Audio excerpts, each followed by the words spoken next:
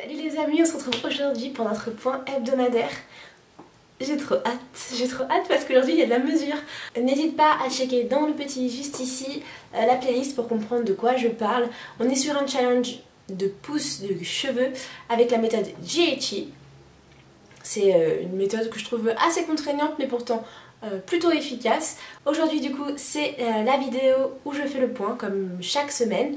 Ça se passe en 3 étapes. La première étape on parle des mesures, la deuxième étape alors je fais un petit retour sur ce qui s'est passé dans ma semaine et enfin je mets en avant un des commentaires que vous avez posté. Avant de poursuivre cette vidéo, je tenais aussi à vous remercier à toutes les personnes qui nous rejoignent dans ce challenge.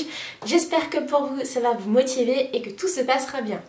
On y va pour la première partie. Donc aujourd'hui je ne porte pas mon petit t-shirt blanc que vous connaissez bien parce que je me suis déjà préparée à partir et que j'ai pas envie d'abîmer ma coiffure. Voilà, mais je l'ai fait juste avant de prendre ma douche. Je vous mets les images en même temps que je vous parle, donc c'est ce que j'ai fait en gros pour mesurer mes cheveux. J'ai aussi demandé de l'aide pour bien mesurer à l'arrière, voir comment ça se passait, etc. Donc je vous montre le résultat. Donc au niveau de l'avant, mes cheveux ont poussé d'1,5 cm en 3 semaines, ce qui n'est pas énorme. Mais depuis 3 semaines, c'est vrai que j'ai un peu abandonné l'huile de ricin et que je suis passée exclusivement au beurre de mangue. Donc je pense que ça explique beaucoup de choses. Ensuite à l'arrière, je suis passée aussi, enfin pareil, j'ai une pousse d'1,5 cm. Je suis plutôt contente.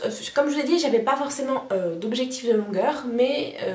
c'est vrai que comparé au début, 1,5 cm, je trouve ça peu. Donc j'espère que ça va redémarrer un petit peu pour qu'à la fin du mois, j'ai des valeurs un peu plus impressionnantes et qui me fassent un peu plus plaisir.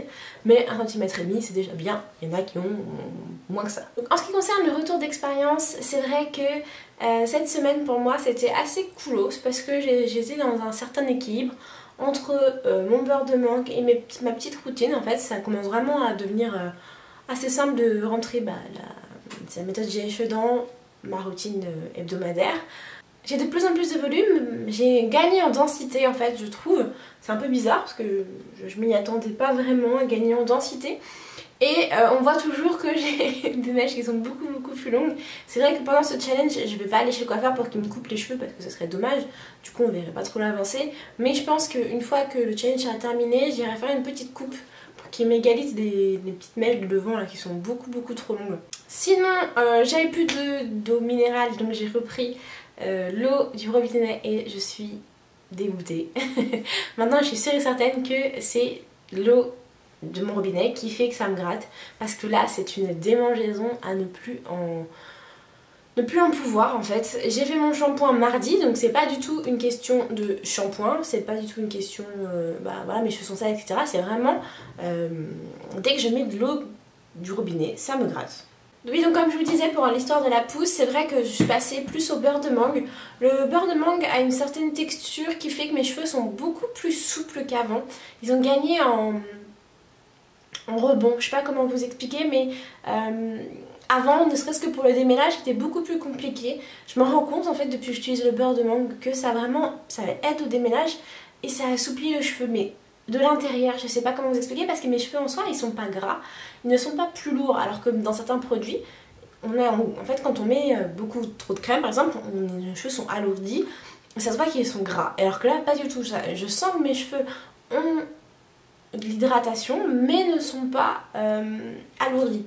Et ils restent hyper légers et voilà, donc je suis complètement amoureuse du beurre de mangue. C'est vrai que l'huile de ricin me manque quand même un peu parce que j'ai pas la même brillance qu'avec le beurre de mangue.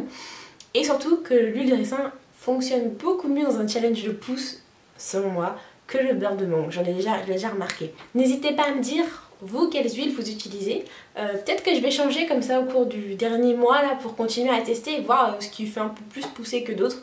Parce que là c'est vrai qu'en 3 semaines j'ai déjà pu voir la différence entre le beurre de mangue et l'huile de ricin. Bref, je ne vais pas parler plus que ça et on va passer tout de suite à votre commentaire. Je prends mon portable parce que cette fois-ci, le commentaire n'est pas sur une vidéo YouTube, mais c'est un message qu'on m'a envoyé directement sur mon Instagram. Je vous mets le lien de ma page juste ici pour que vous puissiez aller me rejoindre par exemple sur Instagram.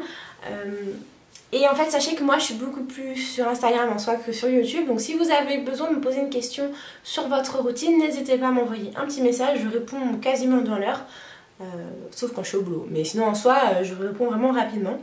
Donc c'est Claudia qui nous dit: coucou Gracie, je suis en panique, je pense que mon beurre de mangue est pourri.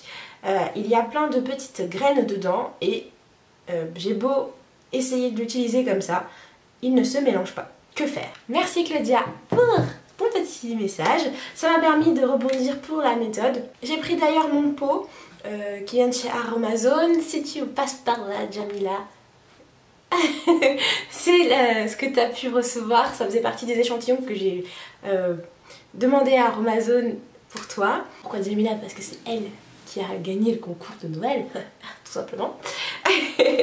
Voilà, et moi dans une ancienne vidéo, enfin d'ailleurs une de mes toutes premières, moi aussi j'utilisais le beurre de mangue pour faire la lock méthode et j'étais carrément en panique parce que je me suis rendu compte qu'il y avait justement ces petits grains.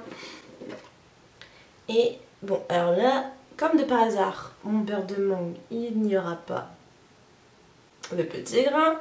Mais moi aussi, il y a des petits grains. Ne t'en fais pas, ton beurre de mangue n'est pas pourri du tout. C'est juste qu'en fait, c'est quand il refroidit, il peut faire des petits grains. Tu as deux possibilités. Soit tu prends une petite noisette et tu le frottes dans tes mains comme ça. Soit tu le fais chauffer au bain-marie.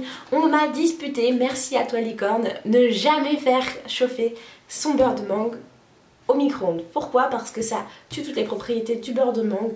C'est ce que m'a gentiment aussi répété la petite dame de Aromazone. Et donc voilà, donc j'ai complètement arrêté de le faire. Et franchement, je trouve que quand on veut juste en appliquer là pour la méthode GHI ou pour dans une lock méthode, en mettre dans les mains et frotter comme ça, c'est largement suffisant. Donc voilà, j'espère que cette réponse pourra t'aider. N'hésitez pas tous là à m'envoyer des messages, à mettre des commentaires, j'y réponds avec grand plaisir et on se retrouve la semaine prochaine pour un prochain point hebdomadaire. Allez!